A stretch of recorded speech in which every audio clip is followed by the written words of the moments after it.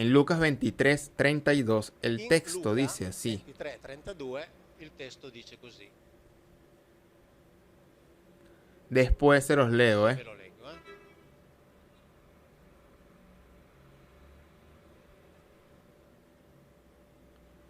Capurgoi es un término que indica genéricamente malhechores, È un termine che indicava genericamente i pero indica malfattori, particularmente ma indicava in revolucionarios, particolare i rivoluzionari, celotas, zelotti, antiromanos. antiromani. Entonces sabemos que estaban también con él dos Noi sappiamo che c'erano malhechores. con lui anche due malfattori, diciamo così. Yo sí les digo que esta Io mañana vi yo dico che estaba questa parado en mattina una io gasolinera ero fermo a un y autogrill conmigo estaba e con también me dos c'erano plomeros. anche due idraulici. Ustedes pueden Voi entender capite cuál qualcosa es mi oficio, ¿no? potete intuire qualcosa del mio mestiere? Si yo les digo que estaba parado en una Se io vi gasolinera y dico che conmigo ero fermo a estaban un otros autogrill dos e c'erano plomeros, con me entonces altri ¿qué due oficio yo idraulici, ejerzo? voi cosa capite? Che mestiere faccio io? Exacto. Heteroi no significa Eteroi también, significa anche, significa significa otros altri dos due revolucionarios. rivoluzionari.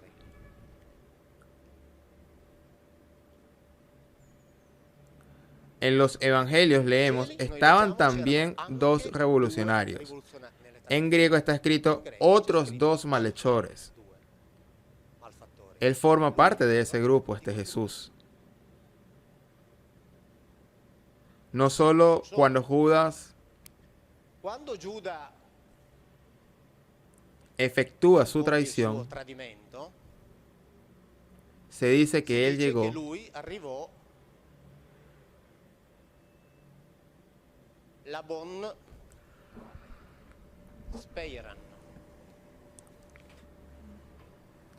llevando, prendendo o avendo preso, está c'è escrito, scritto una turba de gente. turba di gente. Speiran è il termine Speira, greco che el término que indica la coorte. cohorte romana.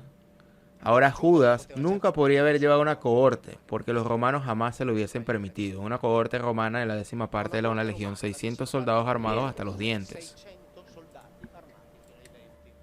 Estamos en la Pascua de Jerusalén, Di Gerusalemme, que era invadida por 100 a 120 mil peregrinos con enormes problemas de orden público. problemi di ordine pubblico. La doctrina nos hace creer que los romanos mandaron Mandato 600 tipos armados hasta los dientes para capturar a 12 hippies, comeflor, que hablaban de amor y paz. Sacaron 600 romanos del orden público de Jerusalén para capturar a 12 hijos de las flores. Cohorte. Otros dos revolucionarios. Cohorte, para bloquear la revolución armada que preparaban. Traducciones ligeritas, ¿eh? Hace que en nuestras cabezas entren cosas como que Dios me hizo errar. Los Elohim me sacaron de la casa de mi padre. Nos hizo errar. Es decir, traducciones ligeritas. Por ello no debemos hacer las traducciones literales, porque existe el riesgo de entenderlas.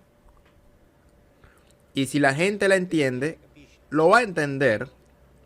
Y eso es así, ¿ok?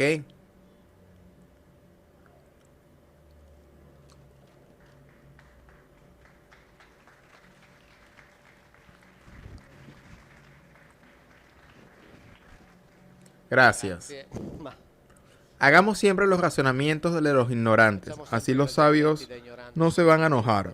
dai sapienti, così i sapienti Así los sabiondos no se enojan. perché Porque se pueden contestar las traducciones literales, pero no se puede impedir a nosotros los ignorantes hacer razonamientos, porque ignorantes no significa estúpidos. Los ignorantes que aquellos que ignoran. Uno que ignora no es necesariamente estúpido. Deuteronomio 32:8 es Moisés que habla, que dice: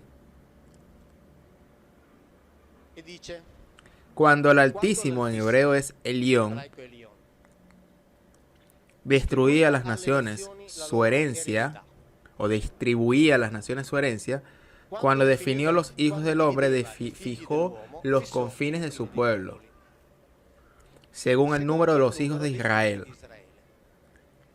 Esta traducción es correcta y corresponde a lo escrito al hebreo por los masoréticos. Solo que aquí la falsedad la metieron porque en los códices más antiguos no está escrito que el Altísimo, es decir, Elión, definía con el fin de los pueblos y asignar cada tierra, según los números de los hijos de Israel. En los códices más antiguos está escrito que Elión hacía eso según el número de los hijos de los Elohim, no de los hijos de Israel, de los hijos de los Elohim. Quiere decir que el jefe contó a los suyos y después de contarlos hizo la división. Hizo la asignación y atención. La parte de Yahweh y su pueblo es Jacob. Jacob es parte de su herencia. Jacob, no Abraham. Herencia. ¿Qué es herencia? Es algo que deja uno a otro. Que en la biblioteca no está escrito que Dios escogió ese pueblo y que éste sea el elegido. No. Está escrito que Yahvé, cuando el Elión, después de contar a los suyos, hizo esa división. Y Yahvé le tocó como herencia ese pedazo de familia allí, no un pueblo, una pequeña porción de una familia. Veremos más adelante que aquella familia fue dividida entre Yahweh y otros dos colegas suyos, de los cuales la Biblia dice desconocer. Entonces, esto hace sus cuentas, hace la división, y en esta división a él le toca a Jacob. Si leemos la Biblia atentamente, cuando dice que Dios, fue a llamar a Abraham, en realidad no es Dios. Pero tampoco es Yahweh, es El Shaddai. Es decir, él, el nombre Shaddai, pues la Biblia se dice que Yahweh no le tocó a Abraham, le tocó a Jacob. Una hebrea me escribió que Yahweh, muy probablemente, era hijo joven de uno de estos jefes que quería demostrar de lo que era capaz. Debería probarse a sí mismo y le dijeron, tú tomas a estos de aquí. No se excluye que Yahweh fuese hijo de El Shaddai, aquel a quien se asignó Abraham, tanto que Moisés en Deuteronomio 5 dice, este pacto que Yahweh está haciendo con nosotros, con nuestros padres, no lo ha hecho. ¿Entienden? Escrito en la Biblia que tienen en casa, no son mis traducciones. No lo ha hecho con nuestro padre, porque sus padres no fueron asignados a Yahvé, pues fueron asignados a otros que posiblemente fue padre este de aquí. Pero escuchen lo que está escrito en el versículo 12. Yahvé solo condijo a ese pueblo, no estaba con él algún Elohim extranjero. ¿Cómo puede estar algún Elohim extranjero si Elohim es Dios? Escrito en las Biblias que tienen en casa, No había, y le dicen, tú te ocupas de ellos de allí. Buenísimo, yo me ocupo. No se hace ayudar de ninguno. No estaba con él ningún Elohim extranjero. Y esto es comprensible porque en Éxodo está escrito que Yahweh era que quiere decir hombre de guerra. Él era un militar, eso hacía. Le asignan a esos y dice, de ellos me ocupo yo, no me molesten. Esto fue contado también por Platón, que se dice que los dioses griegos siempre son estos personajes de aquí. Se repartieron exactamente como hizo el Elión las naciones, y algunos gobernaban ayudándose uno con el otro, al estilo de Atena y Hefesto. Mientras en la Biblia se precisa que Yahweh hizo todo solo. No quería la ayuda de otros.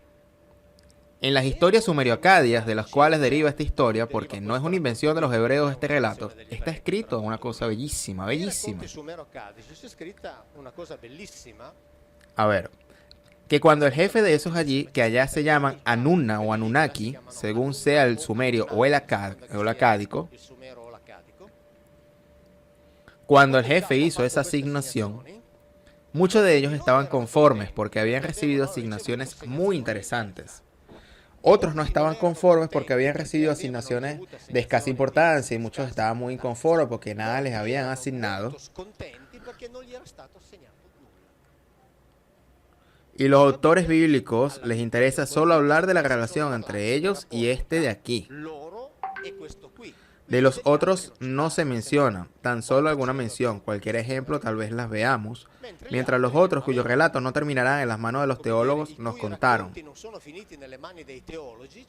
Nos contaron todo, nos contó todo Platón, nos contaron todos los textos sumerio-acádicos. Nos cuentan lo que sucedió en aquella asignación, la Biblia nos cuenta esto. Pero la Biblia tiene una huella bellísima cada vez que habla de los Elohim, de esta pluralidad de individuos. Se dice constantemente lo que Yahvé tenía y él se defendía así. Yo soy el celoso. Yo soy un el celoso. Si se van con otro, yo los mato. Y lo hacía con regularidad. Regularmente. Porque a él debemos reconocer de una cosa. Él jamás traicionó a su pueblo, pero su pueblo lo traicionó continuamente. Cuando aquellos de allí, que les había sido asignado por conveniencia, debían acudir a otros, lo hacía. Si él se daba cuenta, los mataba. Porque les había dicho, ustedes están conmigo, hicieron el pacto conmigo, estén conmigo. Si se van con otros, yo los mato. Una de estas situaciones durante una enésima tradición, Deuteronomio 32, traducción de la Conferencia Episcopal Italiana, Moisés, enojadísimo, les dice, han sacrificado hasta unos Shedim, que no son ni siquiera Eloha, es decir, que ni siquiera son. ¿Qué quiere decir? Que pertenece a un grado de jerárquico inferior a los Elohim. Entonces se metieron al servicio de individuos que están debajo de estos. Pero escuchen esta parte. Han sacrificado a Elohim que no conocían, nuevos, llegados hace poco, que vuestros padres no conocieron. Entonces los Elohim que no recibieron asignación diabulaban buscando a quienes gobernar y de quienes servirse. Moisés dice que se metieron al servicio de que estos que llegaron hace poco, en la Biblia que tienen en casa traducida por la Conferencia Episcopal Italiana. Cuando antes les decía que cuando hacemos estas lecturas literales no se necesita la categoría del misterio, porque todo está clarísimo. No se necesita de interpretar, basta con leer. Poner un poco de atención, obviamente, pero basta con leer. Ok. Aquí es Yahweh que habla y dice, si tu hermano, hijo de tu padre, hijo de tu madre, o el hijo, o la hija, o la esposa, o el amigo, que es como tú, o il figlio o la figlia o la moglie o l'amico che è come te stesso te inste diciendo, vamos, sirvamos a otros Elohim, Elohim que ni tú ni tus padres han conocido, entonces no les atiendas, no los escuches, no los perdones, debes matarlo, que tu mano sea la primera para darle muerte, después la mano de todo el pueblo, todo Israel deberá saber, ni habrá temor, y no se cometerá por esto una acción malvada. Entonces los otros Elohim existían y eran peligrosos para este de allí. Tanto que este dice, tu mujer, tu hijo, quien quiera, tu mejor amigo, te dicen, vamos donde el otro Elohim, tú lo debes matar. Estaba tan aterrorizado por ser abandonado por su pueblo, si van donde otros, yo los mato. Yo los mato.